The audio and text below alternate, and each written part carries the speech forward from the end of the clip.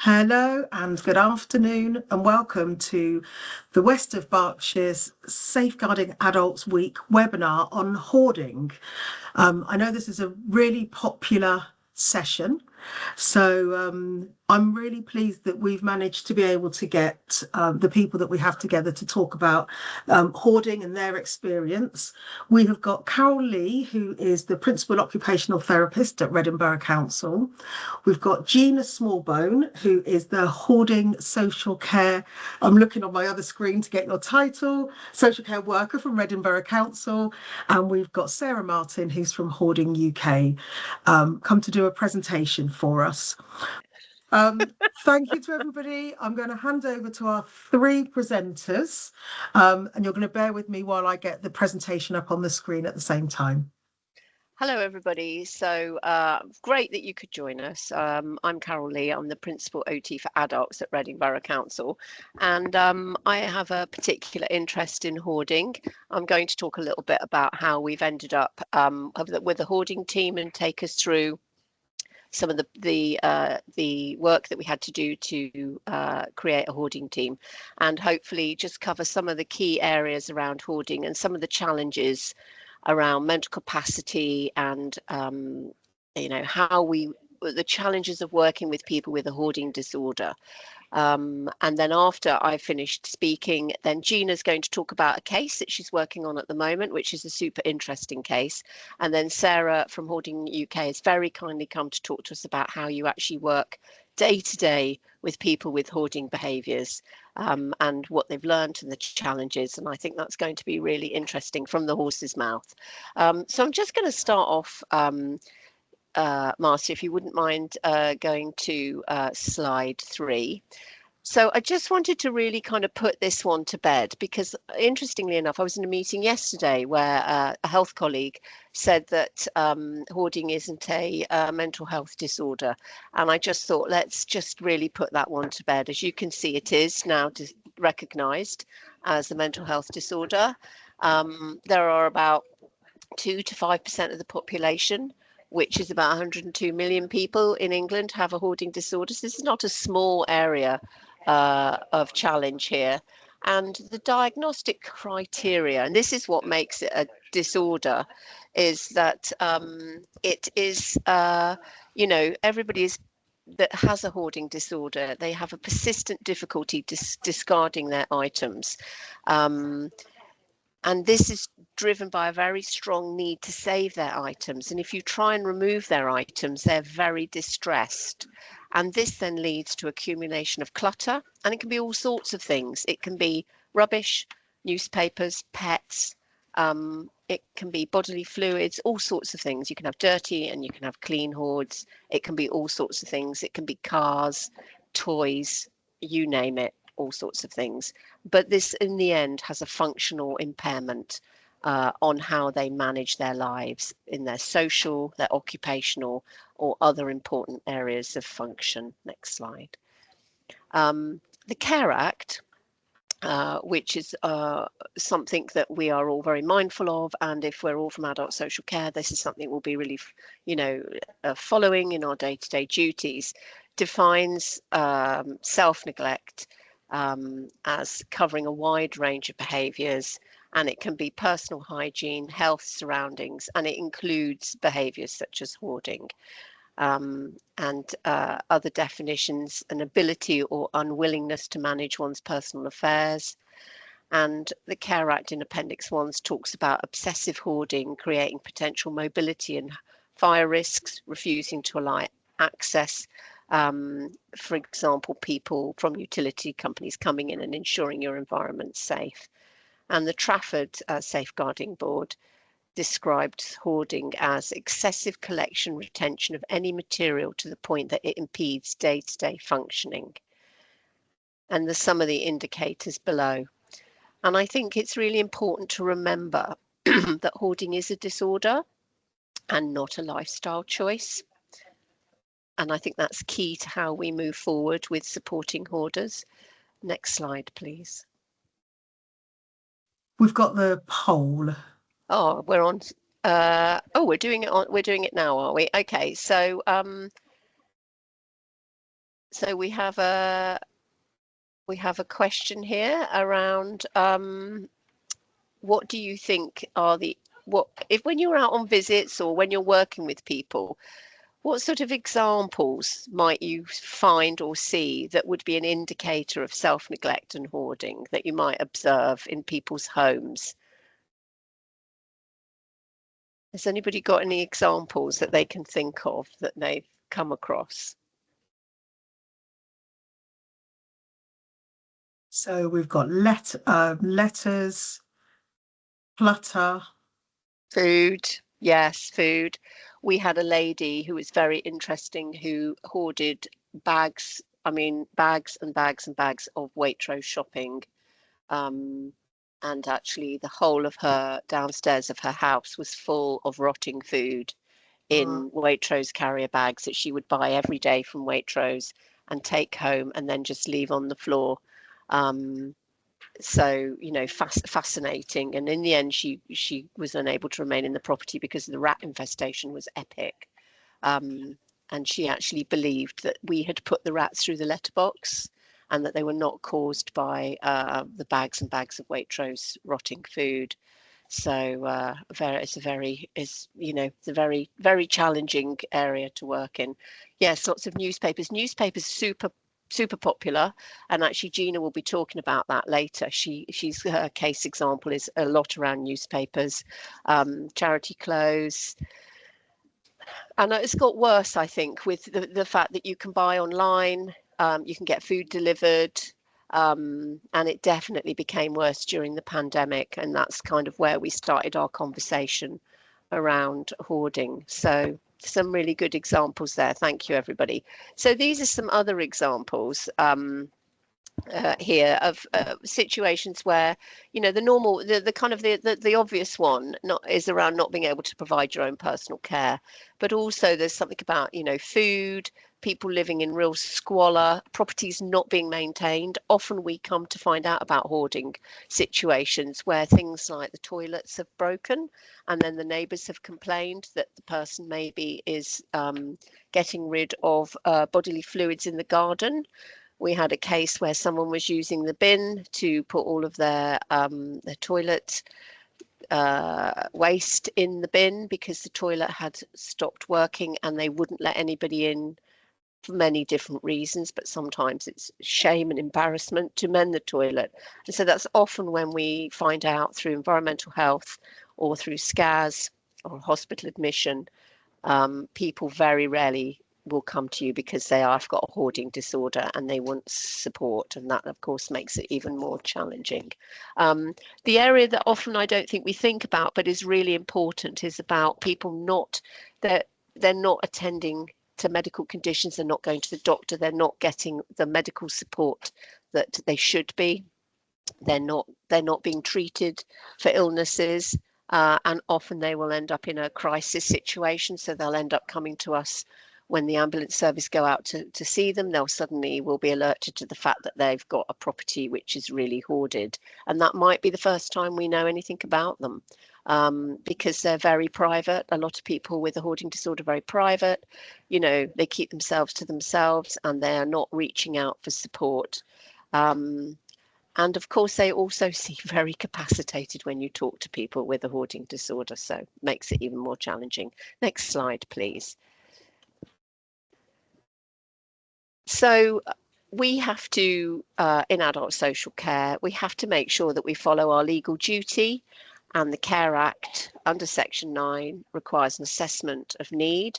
And, you know, some of the findings from the SARS, etc., is people haven't had access to, you know, something as straightforward as a Care Act assessment, and with that must be offered. And obviously it is more complicated when you then get into mental capacity and if people are declining an assessment, but it's really important that we do have a legal duty to offer an assessment and carry out a Care Act assessment. So that's one of our really important areas there. So next slide, please. So we have a statutory duty to conduct safeguarding inquiries under Section 42, And that's usually how we end up finding about hoarding disorders. And when we're doing that work, we need to be looking at risk assessments, mental capacity evaluations, and looking at a plan to support the person to reduce the risks. And this is mandatory and needs to be done in a timely way and needs to be really thorough. And as part of that, it's really important that we include multi-agency collaboration between health, housing, environmental health, emergency services, and the more we share with each other and we have all these different bits of a puzzle, bringing that together can really shed light on what's happening with that person and the situation. And you can also often find ways in by talking to your to all the people around the person with the hoarding disorder. There'll often be somebody who's got a better relationship, or the person trusts them more and feels less threatened by them. And then, of course, it's really important that we accurately record and what we've done, and also that we are making defensible decisions and explaining why we're making decisions. And that can include reference to research, policies, good practice. And I think that's, you know, something that was picked up in some of the work that Michael Preston Shute's done around people needing to reference why they've made decisions more clearly. But we then come on to the kind of the real challenges about people with hoarding disorder, which is balancing their individual autonomy with how we prevent harm, ensuring that we are ethical in how we help people to protect themselves and help people to be reduce the risk. Next slide, please. So I'm not going to go into the Mental Capacity Act too much here, but just to say that the mental capacity and hoarding, I think mental capacity is one of the key elements of working with people that hoard with a hoarding disorder. It's really so important that you have got really clear mental capacity around their decisions and how they are managing their affairs, how they're managing their finances, and how they're managing their property. And often these are all intertwined. And there is a legal duty that you must carry out mental capacity assessment if you have any doubt about the person's capacity. And that doesn't mean that they have to have a, dementia or something which is really, a head injury. A hoarding disorder in itself is enough for you to carry out a mental capacity, because if you've observed the property and that it is hoarded, you know that there are enough triggers there for you to carry out a mental capacity. And it's, as I say, it's really essential to working with people who hoard. So I'm going to talk a bit more about mental capacity a bit later on. We will come back to that. But I just wanted to talk about the Hoarding Team's journey. So next slide, please. So the reason we developed a hoarding team in Reading was that during COVID, we were getting more and more requests from the hospital, delayed discharges of people who were living in hoarded accommodation and couldn't return home. And we have got, we were really developing what we call our health and wellbeing grant, which is a grant to support people to discharge straight out of hospital as quickly as possible and amend and make changes to their environment. So it was becoming more and more apparent. We were getting more and more requests for these grants. And so we, and I think during kind of COVID, there was reached a real crisis point. Sorry, next slide, please. Where we were, sorry, Marcia, next slide. Thank you. Where we were, that's right, where people were, there was kind of like, I think people were more at home. They were more unable to go out. More people were being admitted to hospital with evidence of hoarding. There was more online shopping, and there were less neighbours and family and friends. People were more socially isolated. And I think there was a feeling that also people were noticing their neighbours more because everybody was stuck at home. So it was becoming more and more of a number of different areas. It was becoming more and more transparent. Next slide, please. So we made a bid for some money to Reading Integration Board, and actually Sarah was part of that bid, and we did a lot of research into what was going on, and we did a lot of training as well in enabling people to understand the hoarding as a disorder, not a lifestyle choice, making sure that you work with people in a kind and caring way, and helping people to understand hoarding and break down those barriers that I think a lot, I know I certainly, did not understand hoarding at all when I first started to look at this. So, it's really important to have that kind of training and understanding. And we found that we had to do a lot of work with our colleagues and different multi-agencies to find out what are their pathways, what training was there, and we realised just huge gaps everywhere. Next slide, please. And what we discovered was, having reviewed all of the safeguarding cases that came into Reading over a period of time, 26% of them had hoarding as an identified crisis. And most of them came to us via emergency responders, not by anybody else, certainly not by the person. And that a lot of them were known and had been closed over quite a long period of time, and many of them had had numerous workers, and none of them had had a resolution, and they had been then closed again. So there was a lot of opening, closing, non-engagement, closing because there was non-engagement. In very few of them was any mental capacity or risk assessment done. And very sadly, there were quite a number of people that had actually passed away during this process. So it was not a positive feedback, and there were huge delays in hospital discharges. Next slide, please. And these were some of the risks that we identified with all the different in all the different cases, people being lonely, isolated, lots of very unsanitary and squalid home environments, people not eating and looking after themselves, people completely unable to access any facilities in their homes, and increased fire risks. So next slide, please. So the team objectives, and this is somebody at work here in a not an unusual situation where you can see the person has just left their rubbish all on the floor, and lots of takeaways and food coming out. So that isn't an unusual picture to see nowadays. So the main purposes of the hoarding team is to provide assertive outreach and support for individuals, and we're really talking about those very high risk hoarding cases where people are really not engaging and the risks are very high. So we've only got funding for 2 workers, and there's more hoarding cases than we have for those 2 people, and the cases are very time consuming. So we have got a very high threshold of where we will work with those people. So it is really those people who have got no insight and who are just not engaging. So we're working on making sure we've got training, promoting the clutter assessments, and offering advice to other people across the agencies for hoarding, making sure that the person's got all the assessments, the legal duties have been carried out, mental capacities done, risk assessments are done, and also advocating for the person. And we have been doing a lot of collaborative work, and we need to do more work with our health colleagues, the GPs and the community. So we're really just at the beginning of this journey. Next slide, please.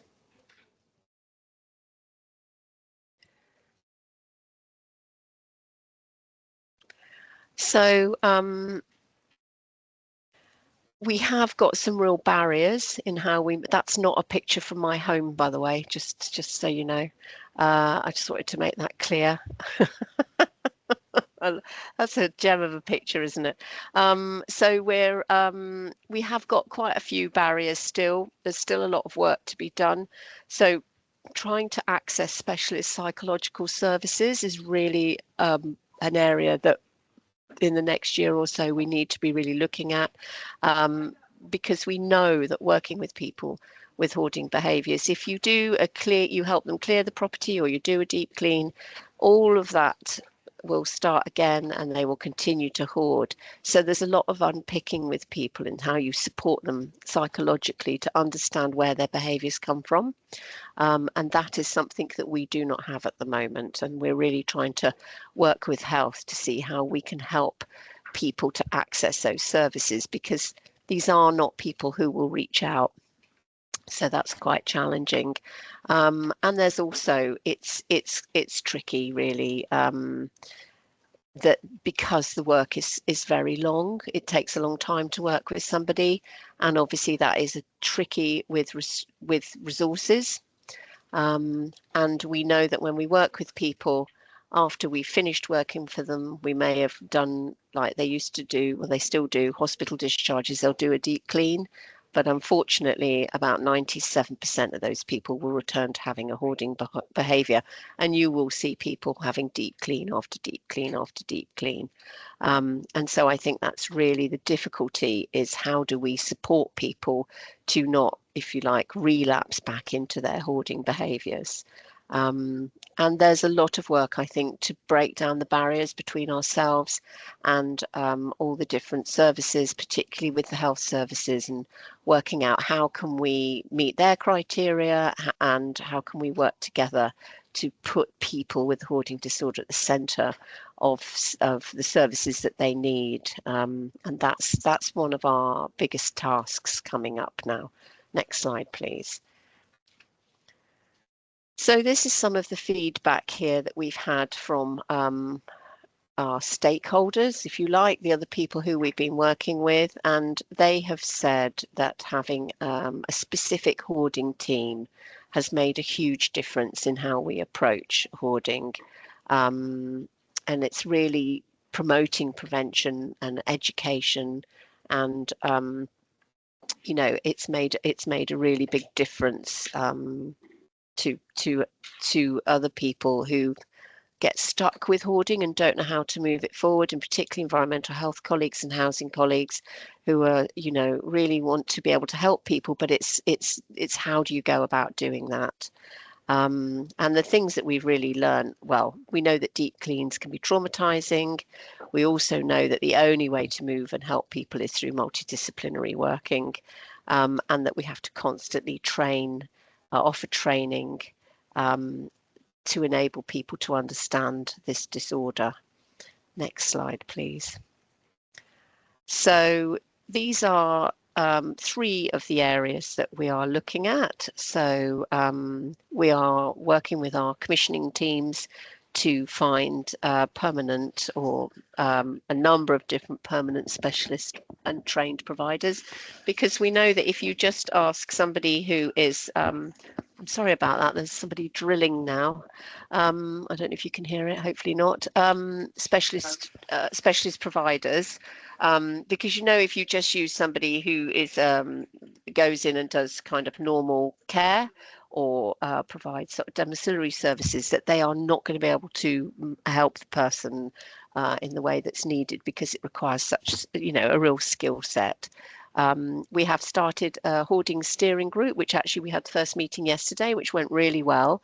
And, you know, to look at breaking down all the barriers and putting hoarding at the centre, and looking at how we can improve services going forward. And we've got a number of tasks to take away from that. So Penny is our team manager, head of service in that area, and she has started that, which is really, really good news.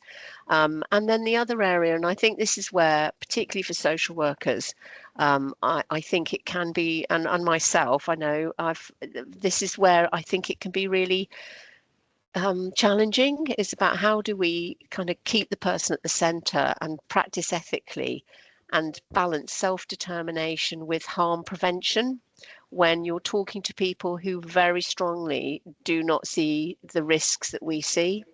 And I think that is really, really challenging. Next slide, please. So basically, this is the outcome of the work that we did.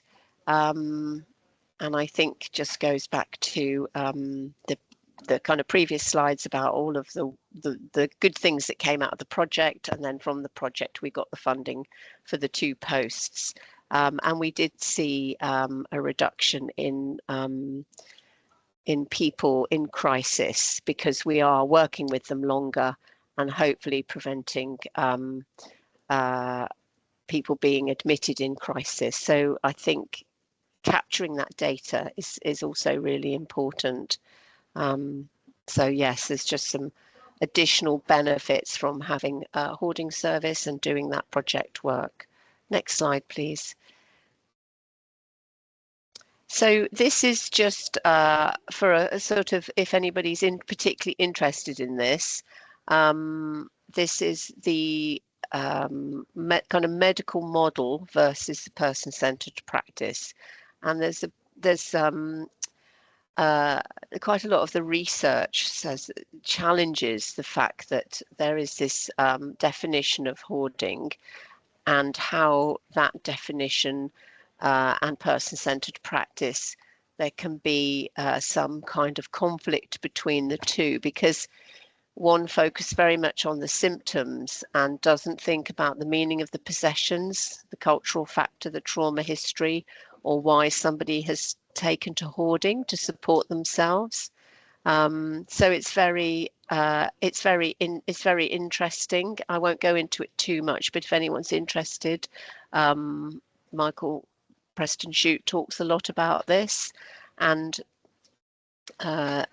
it talks about how you can't really have a one-size-fits-all intervention, because I think treatment for hoarding isn't CBT necessarily.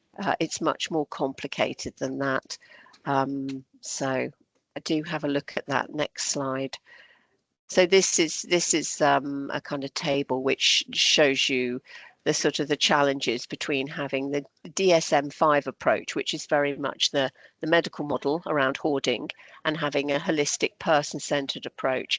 And I think for us, in definitely in adult social care, when we're looking at our, our care act assessments and our mental capacity assessments and understanding the person, we really need to be focusing on the table on the right, which is, around what's the personal meaning, what's the cultural context, what's their life history, how does this connect? And often there is a link with trauma with people who have hoarded, and developing relationships with the person. And then also, what does a meaningful life look like to them as you're going forward? Because, we all have different levels of what we find acceptable in the ways of clutter or possessions, and I think all of that needs to be considered. Next slide, please. So mental capacity challenges. This is a real area that I think it's in our gift to give, that we can all really look at how we look at our mental capacity assessments with people with a hoarding disorder. And so there was some research done by Bristol University, and I have seen this, I'm sorry to say, in a lot of cases where the professionals used capacity to justify not intervening in cases of probable self-neglect, leaving people at risk. And this is also, social care practitioners will use excessive workload pressures as a way of disposing of cases, whether consciously or unconsciously. And actually all of the SARS mental capacity always comes up pretty much. And the main area then is about executive capacity, which is much more complicated. So next slide, please. So really, when working with people who self-neglect, it's really important that you look at their mental capacity, but you have to be quite precise about what are the decisions that you're asking, and you need to really look at the executive function. And of course, some people will admit to that they have a hoarding disorder or hoarding behaviours, but that they're having trouble organising their lives or making decisions or feeling overwhelmed. And then this makes it really difficult for people to discard or organise their possessions, but there is an opportunity to work with them around that.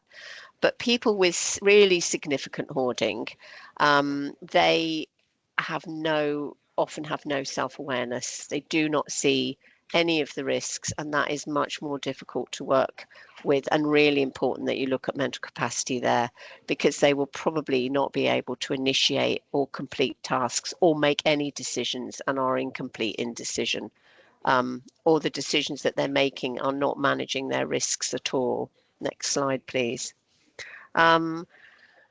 So there's some examples here of different SARS where mental capacity was highlighted as an issue.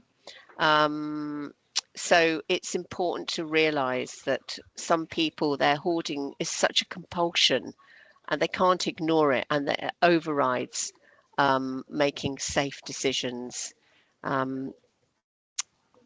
So that's quite interesting. I don't want to read it all out, but please do have a look at it when we share the slides. So it's not just about the decision and can they talk through the decision, but really the executive dysfunction element is, can they actually can they plan and carry out any of the tasks that you're asking them or that they're saying they're going to do, which is why you have to spend time with people to do their mental capacity assessment. It can't just be a kind of one-off visit and a short discussion. This is much more complicated and needs more time, and really looking at doing what they call real world observation on the person's functioning and decision making, so that you've got a complete picture. Next slide, thank you. So we have got a lot of tools, I think, available to us, provided by West Berkshire SAB. So we have got the hoarding and we've got the self-neglect page on the West Berkshire page. We've also got the self-neglect and hoarding pathway toolkit, which we use and which I think is really helpful, because it can be very overwhelming when you go and see somebody that's hoarding, and actually being able to go through a tool, it enables you to break down all the risks that you might be seeing into bite-sized chunks, and helps you to order all of the kind of chaos that you might be looking at, is how I've found it. Reading, we've also got an amazing safeguarding manual that Karen Glaister and her team created, which I've added the link to, which you'll all be able to access. We've also got a web page on hoarding and self-neglect. We've got a hoarding protocol, which is probably in need of a bit of an update, but it's also got some good tips in there. So there's some good resources that are locally available. Next page. So in our RBC hoarding protocol, this is just some of the areas that we cover, and you're all, you all have access to it if you click on the link. Thank you. Next page. So this is just to, I'm not going to go through this in great detail. This is the toolkit, which we use, which was created by, I think, Wokingham originally might have led with this, and then we've all have access to it. I think it's really really good, and it's basically to help you decide how high are the risks with the person. What pathway should I follow? Do they meet the criteria for safeguarding? What can we do to support the person, and where are all the risks? So it's available on the website, and you can see here, sorry, is you all right to go forward, Marcia?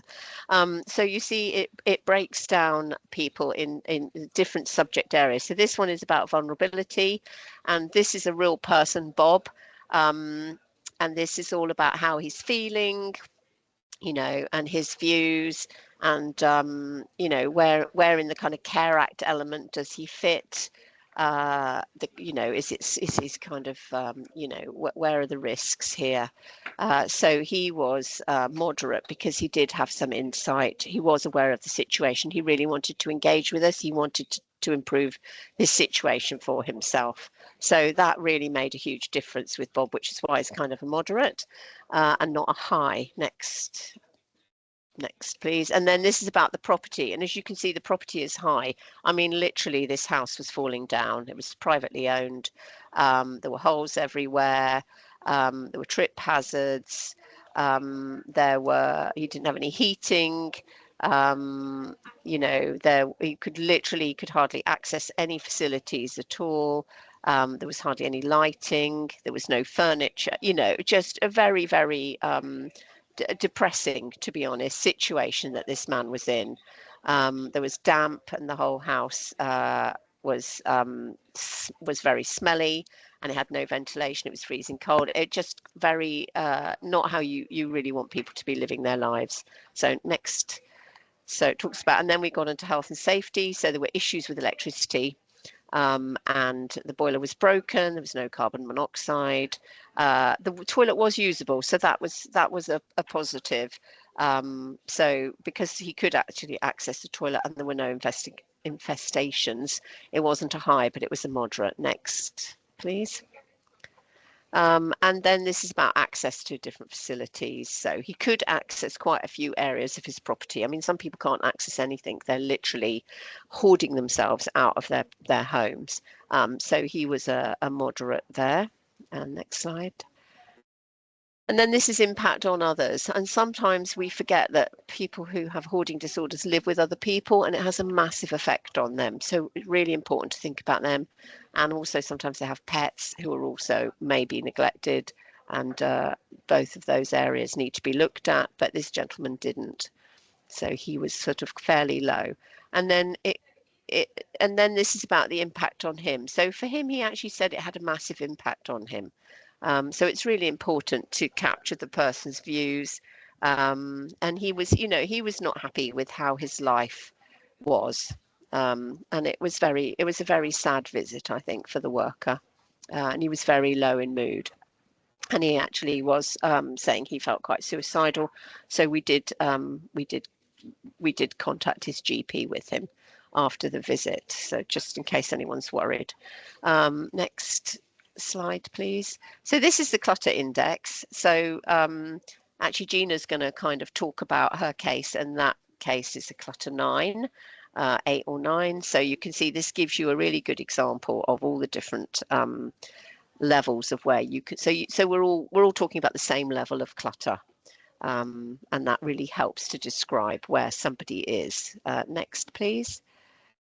And then this is how you use the clutter index here. So you can go through and you can give each room a definition of clutter, and where the risks are. Next slide, please. So you can see this is an example of what we did with Bob, and we put the clutter indexes on the left-hand side and put some descriptions on the right-hand side. Next page. And so at the end of that, the form kind of gives you advice about whether it's a safeguarding or not and what you should do. So it's really helpful to fill that in, I think.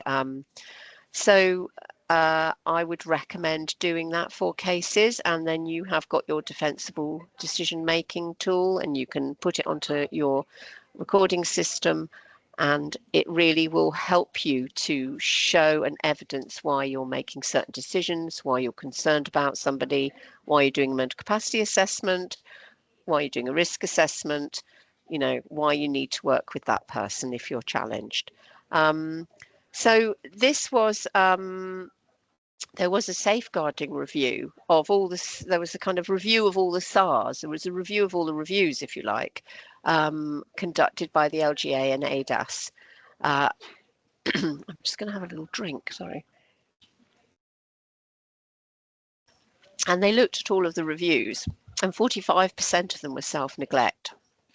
And what they found was that while certain types of abuse are interrelated, so domestic violence, financial, physical, emotional often occur together, self-neglect and hoarding are often completely unrelated to any other type of abuse, and they're sort of almost standalone. And the top poor practice was around mental capacity. And so yes, going back again to people using capacity to justify not intervening and then leaving people at risks. So that is, I don't know, that's the message I really want to get across today. And also that the the mental capacities that did not look at executive capacity clearly enough. Next page, please. So these are some of the key findings from that research. And there were systemic failings around poor governance, inadequate record keeping, flawed mental capacity assessments, and services working in silo. And where things had worked, it's where people had been persistent, had been holistic, had got families involved, had made reference to legal literacy, and had worked in a multidisciplinary way. And also had thought about things like culture and emotional meaning, and you've been really person-centered about why someone was where they were. And I think the main thing that came out of this actually is that often the lessons from SARS are not implemented. And so really we need to be constantly driving a cultural change around hoarding and offering better training for people to understand it. Next slide, please. So we've had a recent SAR, Ursula, locally, who is a lady who was in her 70s, living alone. She was a very private person, and actually her property was severely cluttered. It was difficult to get into the property. There was rotting food, vermin. The property was decaying. There had been multiple agencies involved. And despite the kind of outreach to her, engagement from her was absolutely minimal. She did not want to engage. And then sadly, in December 2023, she was found dead at home. So very similar to a lot of the other SARS that we have next around across the country. So the outcomes from our local Ursula SAR was that persistent outreach is not sufficient. You also have to continue, you have to be really creative, and you have to carry on with really respectful engagement and keep going and building relationships and trust. And while she was a very articulate and intelligent woman, I understand, and very independent, but it can also coexist with severe self-neglect. So I think there'd been assumptions made that actually because she was so able to articulate herself, that actually she was advocating in the best way for herself, but actually she was really self-neglecting. And then also that there needs to be more understanding about why people are in the situation that they are, and more multi-agency coordination and clear communication between different organisations. And I think, I don't know enough about this case, but there was something about considering neurodiversity and tailoring interventions accordingly. As I think there is quite a connection between people with hoarding and neurodiversity. Next slide, please. So I'm just checking where we are. How are we doing for time? Doing okay for time. Okay, great. So I think the real challenge with hoarding is the whole, it's that whole mental capacity. What's the person's, that's their kind of, they want to keep these things, they're precious to them. Who am I to say they can't? That is, how do you kind of walk a respectful line between being person-centered and helping people to keep safe? And I have no magic wand around that. And I think that's always the biggest challenge for everybody who's coming into contact and working people with hoarding disorders. So I think we need to understand it more. I think there needs to be more research done around hoarding, and we need to, and I think you have to recognise that it's not something for everybody. It can be very, very frustrating group of people to work with, because there's no quick wins. So I think it's that recognising how all the emotion and behaviours and meaning behind self-neglect and hoarding, to try and understand how you can then support the person, and also making sure that you are making these defensible decisions and recording why you may not or may be doing something with the person, if they've had a mental capacity assessment, in their best interest, or, you know, so that you're really explaining how you've come to that point. Because it's this puts it much better than I can say. It's balancing self-determination versus the prevention of harm, and I think that's the constant challenge, I think, isn't it, with people, and really having to build rapport and explore, you know, what the loss and the trauma might be behind the person's need to hoard, or their hoarding work that they're doing, and also you have to have really realistic timeframes, because you're not going to be able to go in for 2 weeks and get this resolved and then come out again. It takes a really long time. So next slide, please.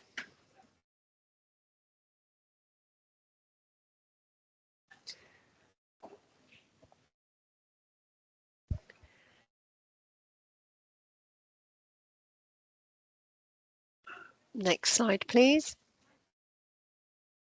So these are the key findings from Michael Preston Shute around hoarding and self-neglect. So if anybody's really interested in it, I would have a look at his work. It's absolutely fascinating. What he's found, and it feeds into everybody else's findings. So they're all beginning to, it's a real body of work around the findings from all these different SARS. So the ADAS findings, if you look at the Ursula findings, and then if you look at Michael Preston Shute's findings, they're all very similar. So to really bear that in mind. Next slide. So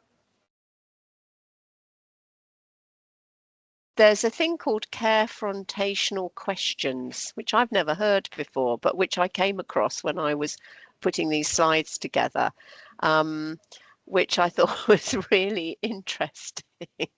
So it's about not going in with those very judgmental questions and being really mindful about your first kind of 5 minutes. You really need to set the scene for how you're going to talk to somebody with a hoarding, you know, that you're working with, who's got a hoarding disorder. And so all about looking at how you can create a sort of positive autonomy, which seems, you know, when you see some of these situations, you're kind of like, this is going to be very challenging. And just to say that protection does not mean denial of wishes and feelings, removal of all risk, and autonomy does not mean abandonment. So just to bear that in mind. So we're looking at, you know, proportionate risk reductions. And then there's, sorry, next slide. And then there's loads of links here for interesting articles on all saying very similar things, but in slightly different ways. So I really recommend that you have a look at these useful links and do your own CPD on this. It's a great CPD topic. And then I think there's one more slide on, yeah, more links. So loads and loads of links, and more really interesting research by Preston Shute around self-neglect, and all of the things that I've probably overlabored, but I do think are really important. So that's my slides finished. I don't know, do we want to have any questions now, or do we want to go on to Gina's case study? Shall we go on to Gina's case study? Just to let you know that I'll put some of those links up on our website as well, underneath the presentation, when I put that on the Safeguarding Adults Board presentation. So Gina, over to you. Thank you. Sorry, Marcy, I need, yeah, we're quite a few along, I think. Yeah.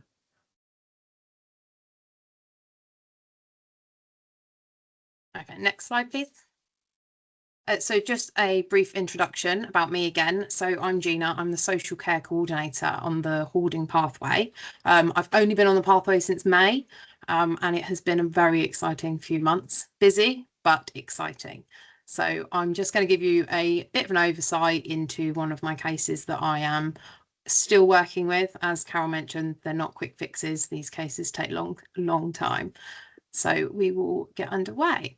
So my case study today is about a 59-year-old lady who lives in a second floor, 2-bedroom housing association flat. She moved there approximately 20 years ago following the breakdown of her marriage, and she had her then teenage son living with her. At the age of 18, so about 5 years later, her son left for university and has not returned home since then.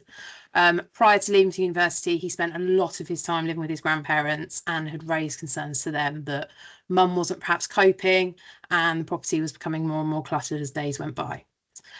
There have been 2 previous safeguarding referrals for this particular lady, one in 2018 and another in early 24. Both were closed. There was no further action. She wasn't engaging with services.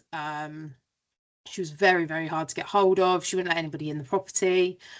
And then again in 2005, February this year, another referral came in from her housing association. The housing association had been trying for some time to gain access to this lady's property because they were concerned about the fact she had no heating and no hot water. Gas engineers, electrical contractors had all been out to try and do relevant checks and works, but they were actually physically unable to get into the property. The door opened ever so slightly and there was just met with hoard. And that's when the housing association decided that actually they needed to refer in for a safeguarding.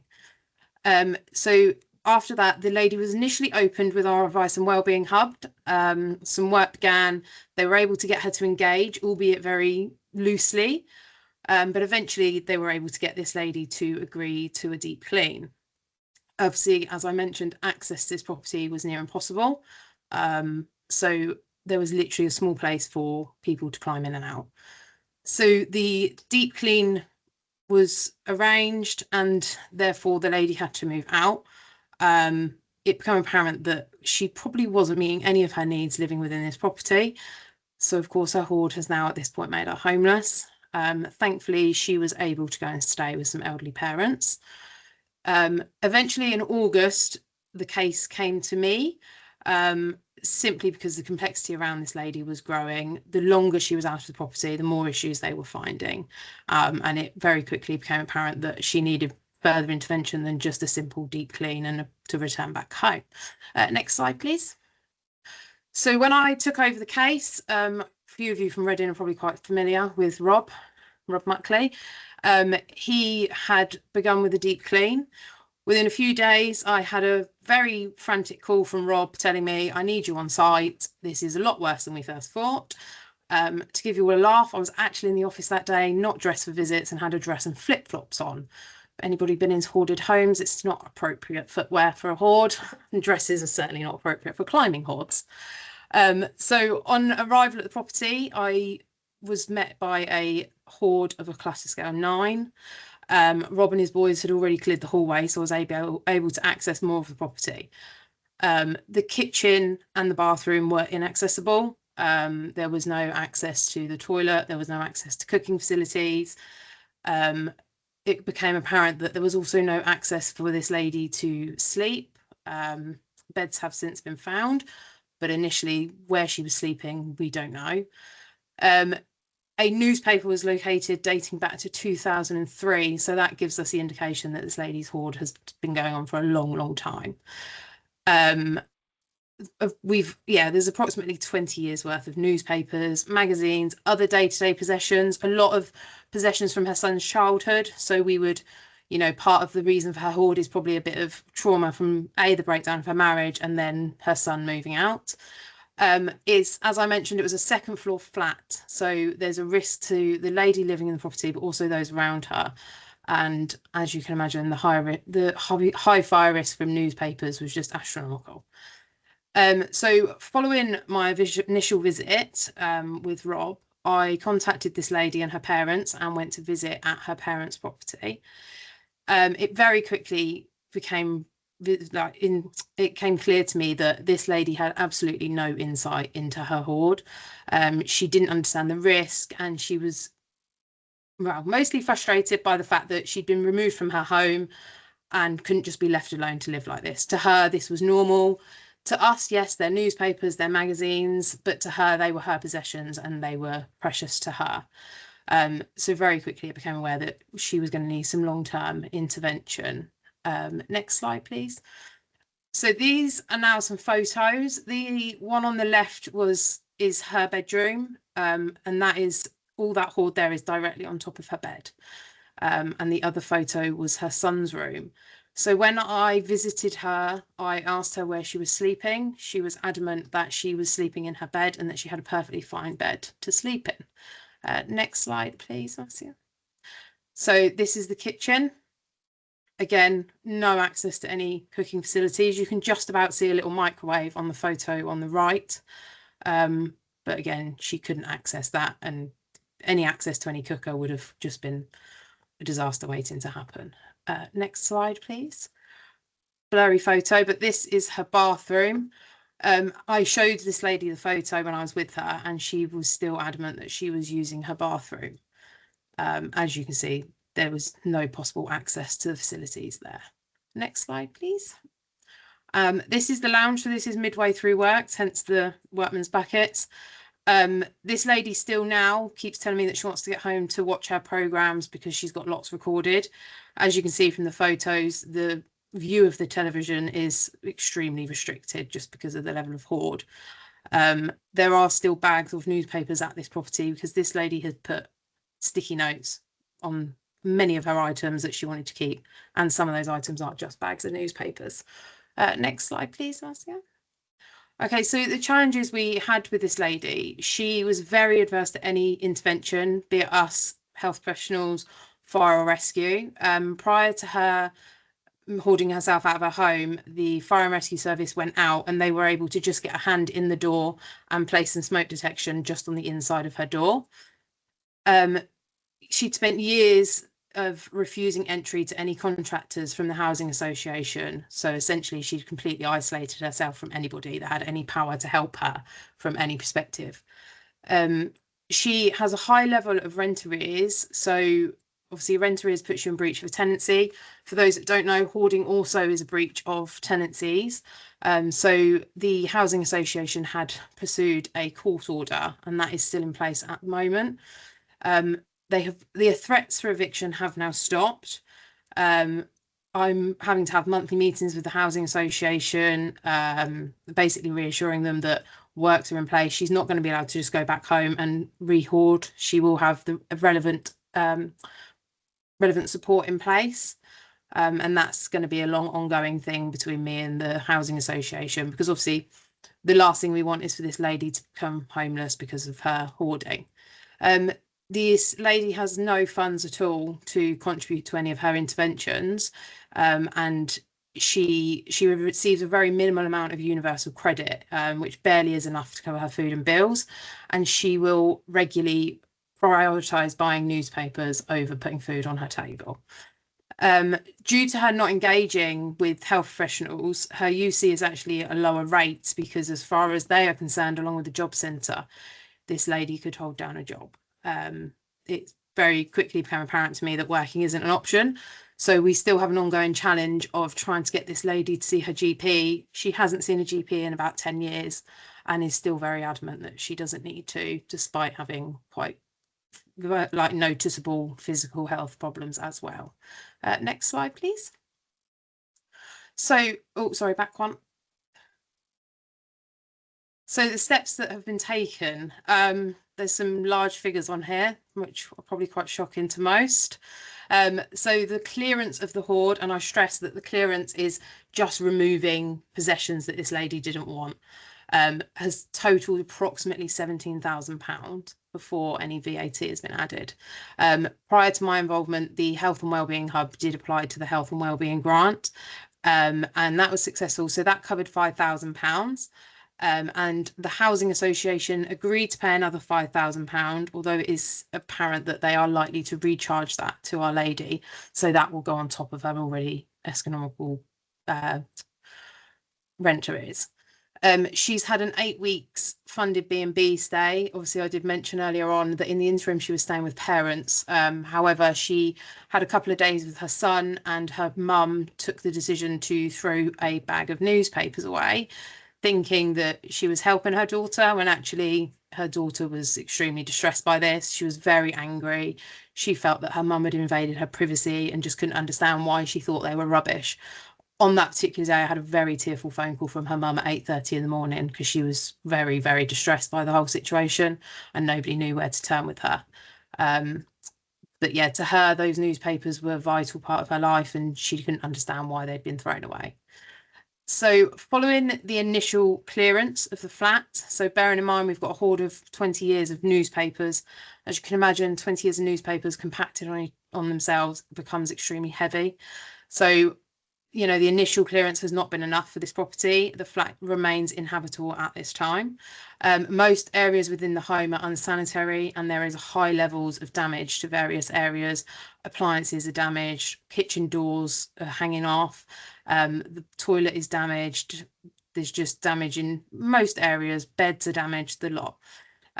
So following discussion with Peabody, the decision was made that we would Reading Borough Council would arrange for a deep clean so that works could be completed.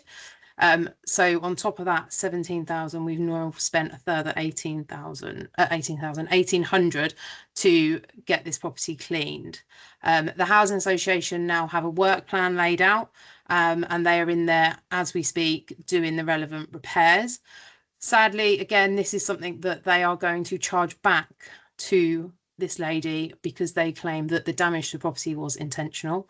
I am fighting that because in my opinion, you know, she has hoarding disorder. That is a recognised mental health condition. She didn't realise what she was doing. She didn't know that it was going to cause damage. So there are still other fights going on there.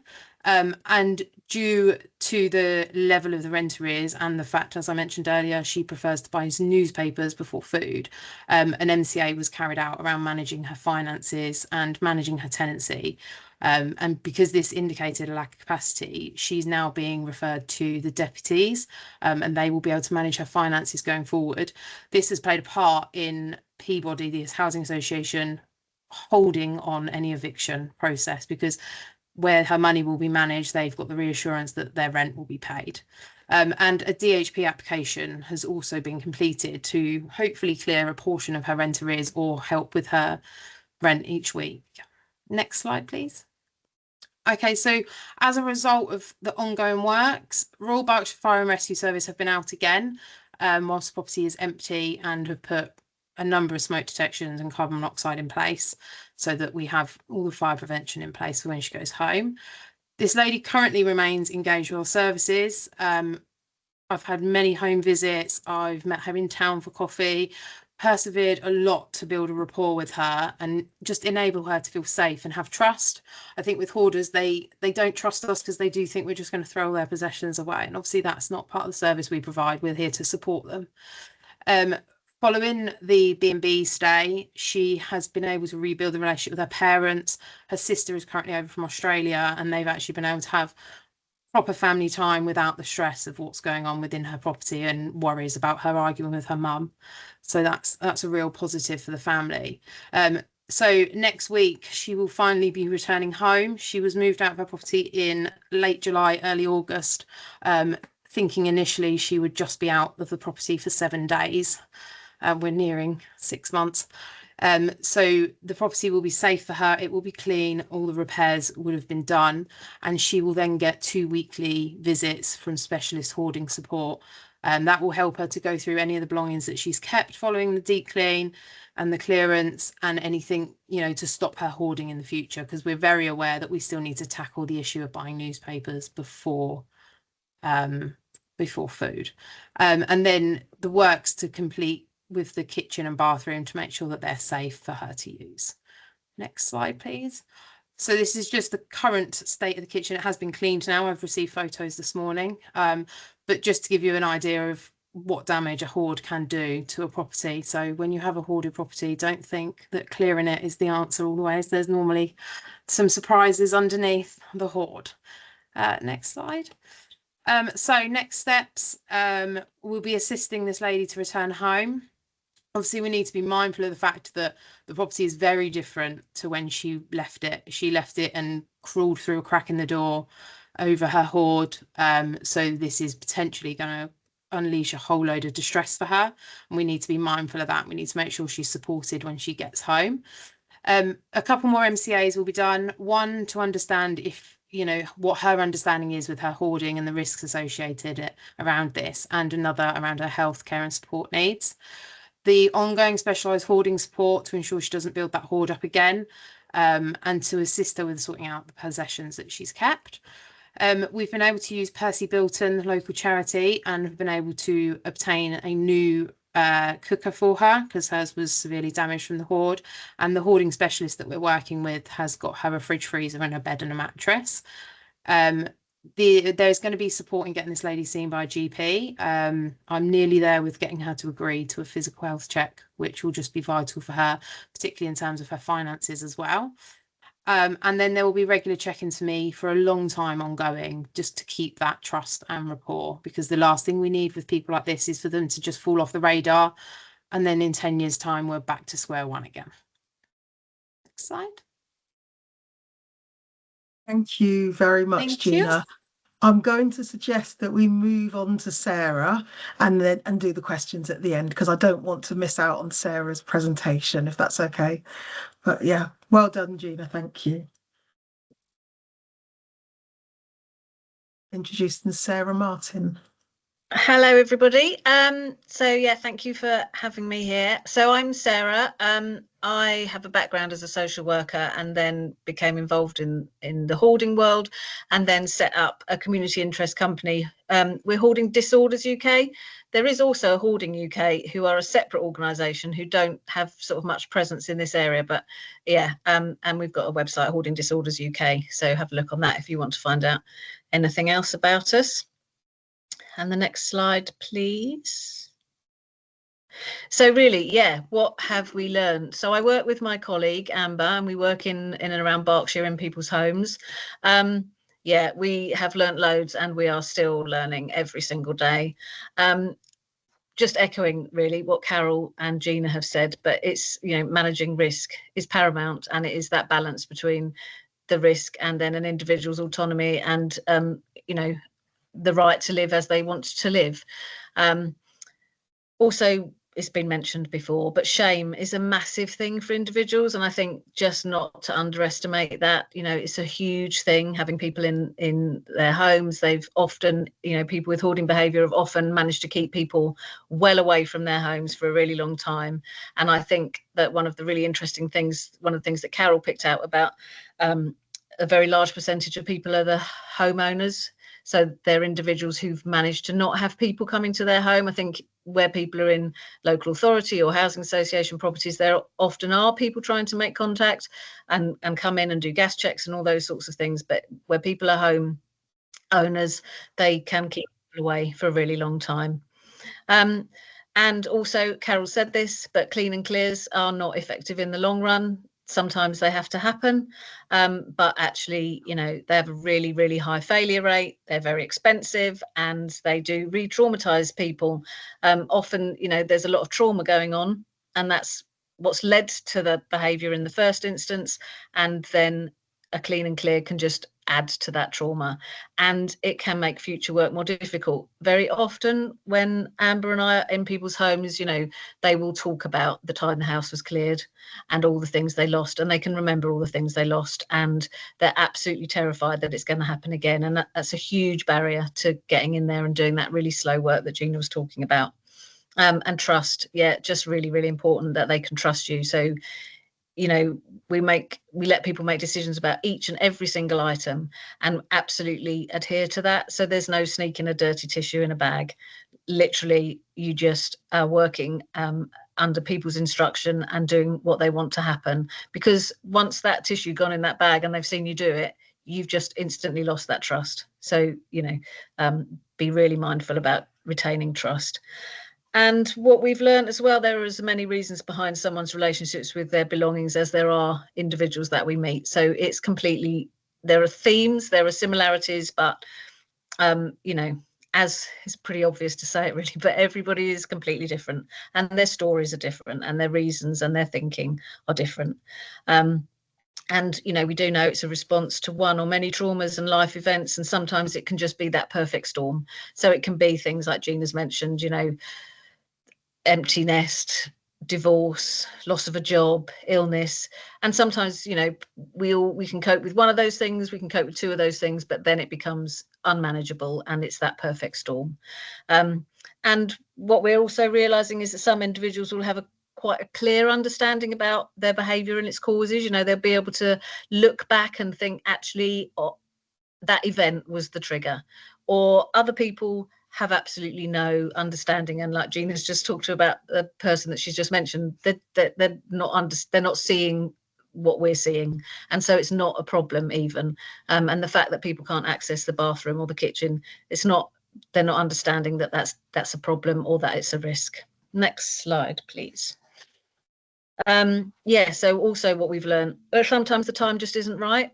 So if people are safe and the risks are being managed, sometimes it's just not that moment for that person. We've been with people where we've managed to sort of mitigate a bit of the risk, and we've been able to get access to a boiler cupboard or get the plumbing done so that the toilet can flush, but actually they don't want any more help.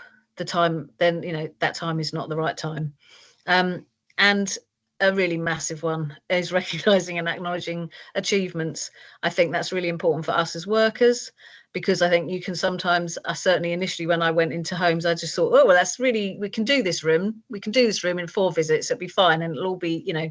And actually what we might manage is to clear a drawer or to clear a small cupboard, and that's important for us as workers to recognise and acknowledge that. But it's also important to be supporting individuals with that. You know, you're not gonna manage to achieve all of this, and don't put yourself under that sort of pressure.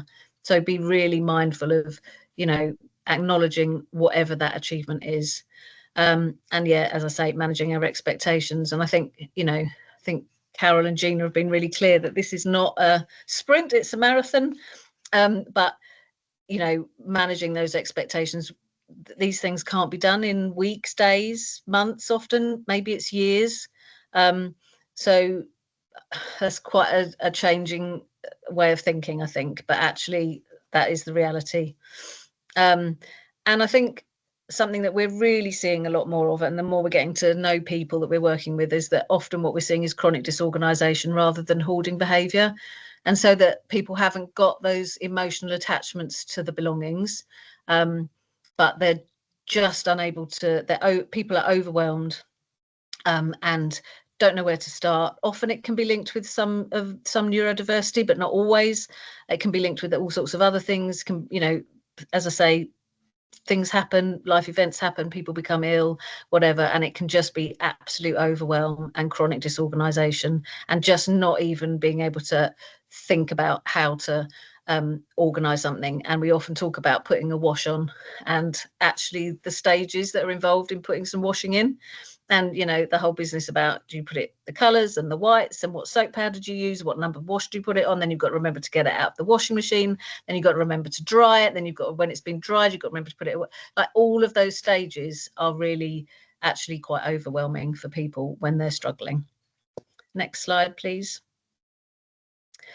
So some do's. Again, you know, we're always learning, and obviously what works with one client will not work with another, but be really mindful of your language, and try and mirror the words. It's really difficult. Some people don't like the word clutter. Some people are happy with the word clutter. So just try and catch what how they're referring to their belongings, and then mirror that. So working with somebody this week, and they just referred to all of their bits and bobs. So we then continued to talk about all their bits and bobs as the morning went on. But yeah, just be really, really careful about what words you might use. Be mindful of your body language and your facial expressions, and that can be really hard, because actually I think, you know, it's been spoken about already today, but actually it can be quite shocking, and has a really big impact when somebody can't open their door, or when they do open their door, what you're seeing, you're faced with really something quite difficult to see. I think it's about people's trauma being laid out there, and it's hard to look at it. We often talk in the hoarding, you know, with my colleagues about, you know, often there aren't other conditions where you're seeing somebody's trauma laid bare in that same way. It's really hard. So as much as you can, and I'm really bad at managing my facial expressions, but actually just really try and be as careful and respectful that you want to be, but actually sometimes it's just hard. And giving people time to make decisions about each and every item. So as I mentioned, literally every item, every single dirty tissue, every single piece of, plastic clip or pencil or end of a pen, just each and every item. And sometimes that can lead to agreeing rules. So we've had people where we've worked with them like that for a couple of weeks, and then we get to the point where we say, how do you feel about junk mail? All of those pizza leaflets, are you okay for them to just go without us checking in with you every time? And they'll say yes, or they'll say no. So, but sometimes you can get a sense for what somebody will let go. Start small. We always say that to people. Start really, really small. I think people are overwhelmed. Often people with hoarding behaviour, we're learning as well, are perfectionists, and so they don't want to start because it's not going to be perfect. And so it is that start really small. Literally set a timer for 10 minutes. We'd say to people, put a podcast on, put some music on, whatever, 10 minutes, 20 minutes, do a piece of work, forget it, and then don't beat yourself up about not doing it for the rest of the day. When we're working with people, that regular sort of checking in, does this feel all right? Are you okay? Are you exhausted? Are you happy with what we're doing? Please tell us if you're not. Just all of those things. It is exhausting. And often people really can't perhaps focus and work like that for more than about an hour or 2 hours. So just be mindful of that. Sometimes where people know where things can go, that they're happy. So if they know it's going to a particular charity, or they know that somebody will use it, or it's got a life outside of beyond their home, then they're happy to let things go. And sometimes there's a goal or a motivation for people. It might be, I want to get in the kitchen. I want to be able to get the toilet working again. I want to have my lighting fixed. I want somebody to come around for a cup of tea. I want to be able to have my Christmas tree up. It's those sorts of things. Sometimes there'll be something that will be their actual motivation, and then you're working towards that, and their motivations won't be the same as our motivations often. And if you can, be really clear about our reason for being there. So sometimes we'll literally go in, make space for somebody to get access to the boiler or the fuse box, and that's the piece of work that we'll do, and that we're not, there's not funding or whatever for us to go in endlessly. But actually, if we can get that one thing done, that's kind of enough to reduce the risk for individuals. And the next slide, please. Don'ts. There are lots of don'ts, but actually they're the flip side of most of the do's. So I haven't written that many down, but don't make judgments. And that's, I think that's hard, but actually I might think I'm looking at a piece of clothing that isn't wearable, but that isn't what they're thinking. Or actually we work with a lot of people who are really, really creative, and they've always got a plan for something, or I might not be able to wear that dress again, but I can use the fabric for something, or there's often a plan or something that they're going to do with things. Don't throw anything away without permission, and don't persuade or pressure people. So we really learn really, really early on, there's no point, and it's very sort of disrespectful in a way to get into that, well, actually, it looks like it's broken to me sort of conversation, or you're surely not going to be able to use this because, or this looks too damaged to, like, it's their decision, it's their belongings, and it's their decision. The next slide, please.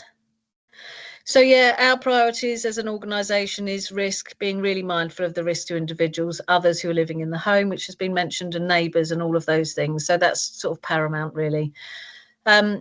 Respect. Remember how it would feel to have someone in our homes. I'm always really mindful of that. I think if somebody came into my home and started picking things up and telling me whether I could or couldn't keep them, I would very, very quickly ask them to leave.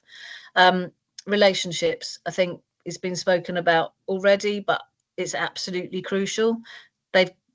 People have got to feel that they're being treated with respect, but also they've got to trust you. And I think often in social care, you kind of might have a really brief intervention, or your team is not going to hold that client and it moves on to another team, and people are kind of thinking, well, I've built up a relationship and now I'm going to move on. But I think actually, if that's a positive intervention, if you've gone and you've been respectful and they've enjoyed talking to you and they felt that they've been heard, then actually, that's positive. That's a positive intervention, because often these people have had really bad experiences of interventions in the past. And results, yeah, however small they are, recognise them, and they can be really different for everybody.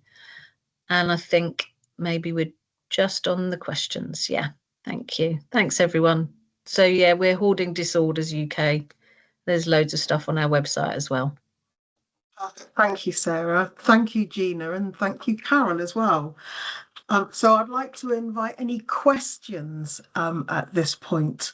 I thought that was really informative. So much information. There's so much for me to take away anyway. But have we got any questions? So I think sometimes what happens, sometimes it takes a while for some of the questions to come up, but also you've given so much information in your presentations that it's given people a lot of food for thought and maybe not as many questions.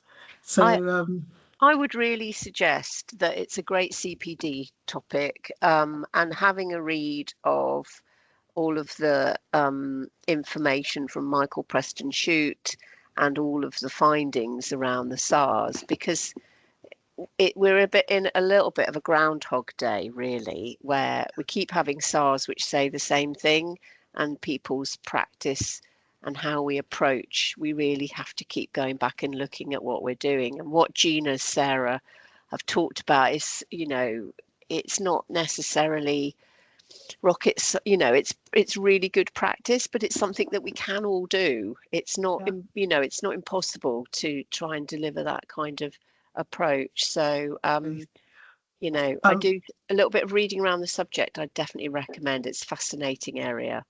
Yeah, like I said, I'll put some of the links up that you've got. I can see that Eloise has also put in the chat the podcast of Michael Preston Shute as well. So thank you very much for that. Looks like Penny's offering to do some research relating to neurodiversity. Yeah. And Nikki said, if the MCA says they lack capacity, can't the BI decision be to empty the place? It can, but you have to think about, is that the best interest? So that's the whole point, really, and why it's important to have a bit of an MDT approach to everything. And sometimes you do have to remove everything, because we do have some people who, it's absolutely verminous. For example, the lady with the Waitrose carrier bags. She was such an interesting person, because she was deemed to have capacity by the psychiatrist, because the psychiatrist met her face to face in hospital where she'd been admitted, because she'd been sleeping in her car because she'd hoarded herself out. And she was very well spoken. She was from Caversham. She was quite posh. She had a lot of money. And actually she just hid what was going on for her, and she was very articulate. So actually they did a mental capacity, the psychiatrist did a mental capacity assessment, so she was absolutely fine. And he didn't look at the pictures, he didn't kind of like, so there was no challenge around what was going on. But that lady, she actually ended up renting another property, and she has died not that long ago. So sadly she died, but she ended up renting another property, and that her property was just full of Waitrose carrier bags. So in that case, I think we would have, if she was actually going to go home, we would have had to do another mental capacity assessment, and we would have had to do a deep clean, because it was just so high risk. But bearing on what Sarah said, you don't want to completely just kind of, you've got the relationship, you've got to take the person's views into account. It's a minefield. It is really a minefield. I think we've got a question from Veronica. Sorry to cut you, Carole. Did you want to ask a question, Veronica? Is that Ronnie? If you unmute yourself. Oh, sorry, I didn't know how to unmute myself. I just wondered, because when you talk, it's quite early days, the understanding of hoarding. You can really tell by all of the information and slides you shared that there's been a lot of work in Reading. Are you hoping that people will start to refer people earlier, so you don't get to the extreme, so you can actually help people to, keep themselves on a level with their hoarding? Is that kind of, because I think, someone like me, I'm a very tidy person, so I think in my head I'd be like, oh, in I go, and I'm gonna, once I've done all of these great things, they're going to come out with a great tidy flat. And I think it would be important for someone like me to know that's not going to happen, Ronnie. That's not how it works, and doesn't happen because we all live very differently. But I just, when you talk about these really extreme cases, it's because it's gone on for so long for people as well, that maybe some earlier interventions hopefully might support people not to get in such a terrible state for them. I mean, we would love that, Ronnie, but we've only got 2 workers. So for the Of course, hoarding team, we're having to, because I mean, sadly, when Sarah did all that research and deep dive into safeguarding, a lot of those people died very soon after, or had died when we got the referral, like the SCAS safeguarding. So we know that the outcomes are really not great for people. So those really hard to engage are the ones where they're the highest risk at the moment, where we're having to put, poor old Gina's resources. So she's got these they're really not easy. I mean, if they were easy, you wouldn't need a specialist team, let's face it. But I think what we want is for people who are coming across people in those situations to be more understanding and open and, aware. There's that sort of building people's self-awareness, really, because we, as in the hoarding guys, can't take everybody. But the hub, if you've got concerns about people, they can definitely be referred. But yeah, we need to understand it more. We really still don't really understand it enough, I don't think. I think as well, something to be mindful of with hoarders is they very often sit under the radar. They do keep themselves very to themselves. They're very isolated. So it's not, you could pass a hoarder on the street and not have any idea of how they live at home. I know a hoarder who goes to work every day and none of her colleagues would have any idea of how she lives. So I think a lot of them, it normally takes for, workmen to have to try and get access or something like that for it to actually become apparent of where they're at. So I think that's another barrier in getting them any earlier as well. Yeah. Before I go over to Penny, can I just launch one of our polls, please, before people leave? And then I'll come over to you. I'm aware that the session's due to end at 2:00, but if the speakers are willing to stay on and answer some questions, then that would be great. But what one action will you take as a result of this webinar, please? And whilst you're doing that, Penny, do you want to say what you're saying? Yeah, sorry, I didn't have a camera and a microphone. It's quite difficult for me, if anybody knows me, to be in that position. What, so to be quiet? have to be quiet.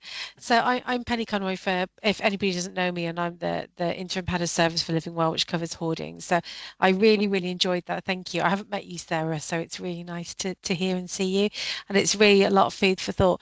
And just from my experience in cases that I've had involvement in, or I've visited or seen, it's exactly right. You don't know what you're seeing is going on for the person at home, and there is a lot of assumption about capacity for people, and when you actually drill down into it, actually there's lots of areas of executive dysfunction for individuals. But that doesn't mean you should just go in and do things to people. That still means then thinking about their best interest. So it's quite complicated, but thinking about this client group, you're more likely to be dealing with people who lack capacity than have it. It's just a question of how you address that, isn't it? And I really like what you said, Sarah, about you kind of focus on one thing and it might not be the right time. And that's the beauty of that MDT approach. You touch what you can. So one thing that we're starting is our hoarding steering group. We had our first meeting yesterday. We want to expand this. But I think in the last couple of weeks, I've had health colleagues, one of whom who told me that the chief medical officer for NHS England said, well, it's not a treatable mental disorder, is it? And you put your head in your hands, because it's so complicated. Underneath all of that is often complex trauma. And I think what we need to be doing is collecting data. How many people who come to our attention have neurodiversity as well? Because I think that would make a lot of sense, that there's quite heavy overlap there. So I just wanted to say those few things. And I think that it's a really good point at our start of our journey to be collecting our data over what underlying things are going on for people. And you're probably in agreement with that, Sarah, because I'd really like to know, because I think with ASD, it makes a lot of sense that there's that overlap, but that not to say, oh, it's ASD, so therefore we don't need to do anything, because you do get a lot of, therefore we don't need to do anything which again, Sarah and Gina and Carole don't need me to tell them. But thank you for allowing me to talk on. I really enjoyed those talks. Thank you for taking the time.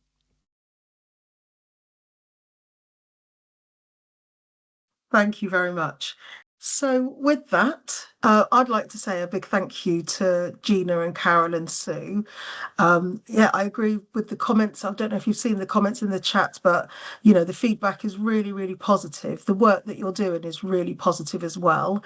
And like I'll mirror everybody else that two people isn't enough. And you're just covering just the Reading area.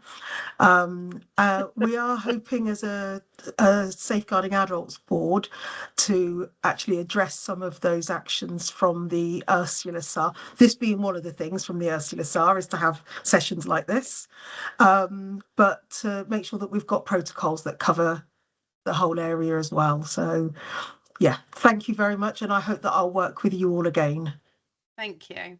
Thank you very much. Thank And you thank for you, your Sarah time. and Gina, for your time as well. Really appreciate Thank it. you. Bye-bye, everyone. Yeah. Bye. Bye. Bye.